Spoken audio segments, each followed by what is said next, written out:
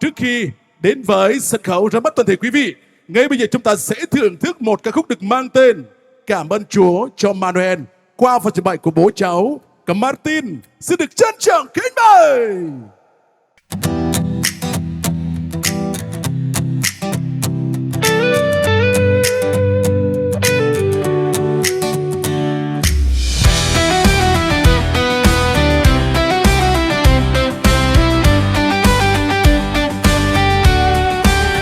Con quỳ nơi đây dâng lời cảm tạ, Chúa đã nghe lời nguyện thiết tha.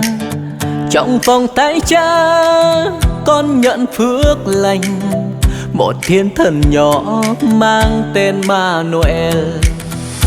Cảm ơn Chúa đã ban cho con một đứa con trai niềm vui chan chứa.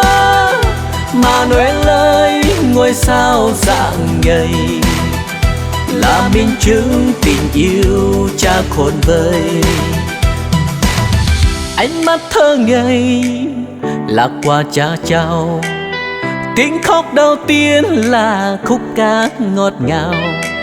Xin giữ đây con trong tình yêu Ngài, cho Manuel lớn lên sống trong ân tình. Cảm ơn Chúa đã ban cho con một đứa con trai niềm vui chan chứa. Manuel ơi, ngôi sao rạng ngời là minh chứng tình yêu Cha khôn vời.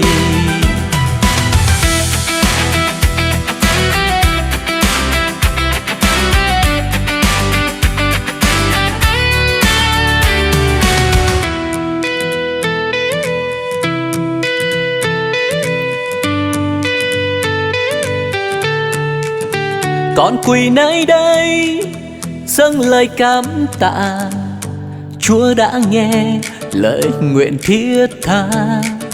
Trong vòng tay Cha con nhận phước lành, một thiên thần nhỏ mang tên Manuel. Cảm ơn Chúa đã ban cho con một đứa con trai niềm vui chan chứa. Manuel ơi, ngôi sao rạng ngời là minh chứng tình yêu Cha khôn vời.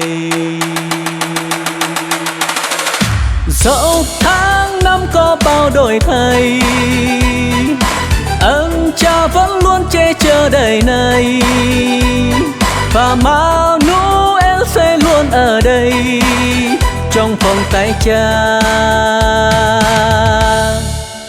chẳng hề đổi thay. Cảm ơn Chúa đã ban cho con một đứa con trai niềm vui chan chứa. Manuel ơi, ngôi sao rạng ngời là minh chứng tình yêu Cha khôn vời.